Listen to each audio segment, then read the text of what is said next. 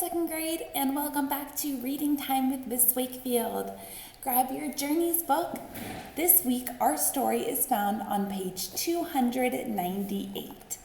So turn to page 298 and follow along as we read How Chipmunk Got His Stripes. This type of story is called a folk tale, and there are some special things about folk tales. It's a fiction story, which means that it's made up, and it has a plot that normally teaches a lesson. So we want to be looking for a lesson. What did our characters learn? It also usually has animals that talk and act like people. So we're going to see animals that talk and act like people and a lesson or a moral. Those are two things that we normally find in folk tales. Okay, boys and girls, let's read How Chipmunk Got His Stripes. One autumn day, long ago, Bear was out walking. As he walked, he began to brag. I am Bear. I am the biggest of all the animals. Yes, I am. I am Bear. I am the strongest of all the animals. Yes, I am. I am Bear.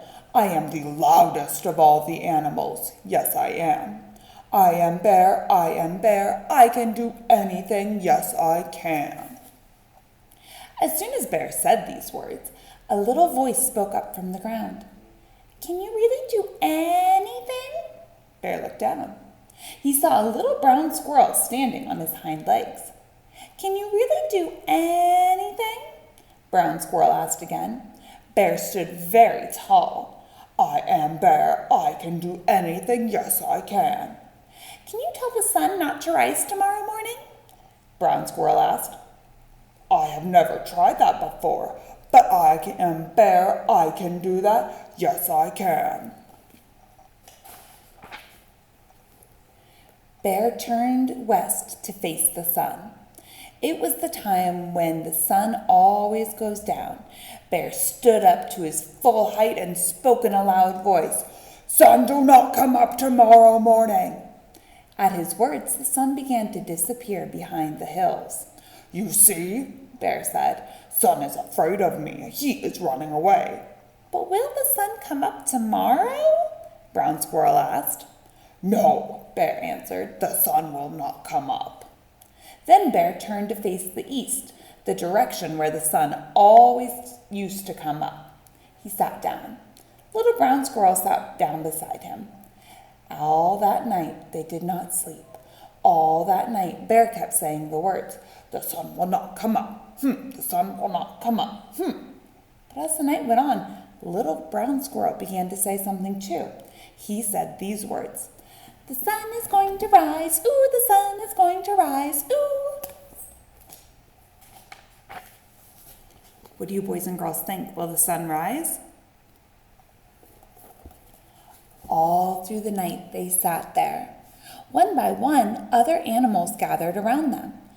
Fox and wolf, deer and moose, rabbit and porcupine, hawk and owl, otter and beaver, frog and turtle, and even the little mice came. They wanted to see who would be right, Bear or Brown Squirrel. This is what the other animals heard. The sun will not come up. The sun is going to rise. Ooh, the sun will not come up. The sun is going to rise. Ooh. Finally, it was just before dawn, the time when the sun always used to come up. Look, said Turtle. I see a little bit of red starting to show. Yes, said Owl. I believe the sun will rise today.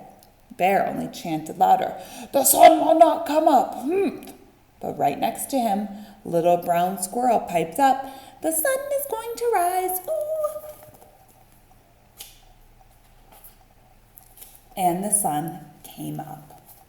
The birds sang their welcome songs. The bright light of the new day spread over the land. Everyone was happy except for one animal. That animal was Bear. He sat there with his head down and a grumpy look on his face. The happiest animal of all was Little Brown Squirrel. The sun came up, he chirped. The sun came up, the sun came up, the sun came up. Brown Squirrel was so happy, he forgot what his wise old grandmother had once told him when he was very young. "Brown Squirrel," his grandmother had said, "it is good to be right about something, but when someone else is wrong, it is not a good idea to tease him." Now little Brown Squirrel began to tease Bear. "Bear is foolish, the sun came up. Bear is silly, the sun came up. Bear is stupid, the sun..." Is stupid nice to say to somebody? Whomp! Bear's big paw came down on little Brown Squirrel, pinning him to the ground. Bear leaned over and opened his huge mouth. "Yes," Bear growled, "the sun did come up. Yes, I do look foolish, but you will not live to see another sunrise. You will not ever tease anyone else again, because I, Bear, am going to eat you." Brown Squirrel thought fast. "You're right to eat me," he said. "I was wrong to tease you. I would like to say I'm sorry before you eat me, but you're pressing down on me so hard I cannot say anything. I cannot say anything at all. I cannot even breathe. If you would lift your paw up just a little, then I could take a deep breath and apologize before you eat me."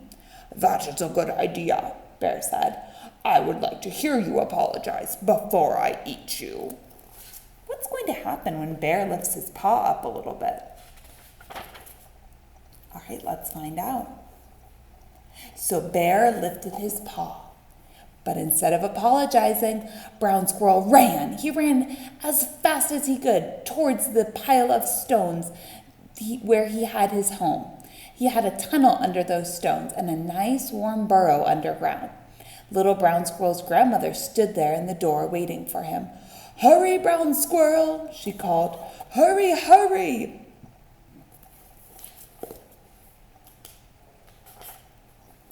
Little Brown Squirrel dove for the door to his home, but Bear was faster than he looked. He grabbed for Little Brown Squirrel with his big paw. Bear's long, sharp claws scratched Brown Squirrel's back from the top of his head to the tip of his tail. But Brown Squirrel got away. Deep down inside his burrow, where Bear couldn't get him, Brown Squirrel curled up next to his grandmother and slept all winter while those scratches on his back healed.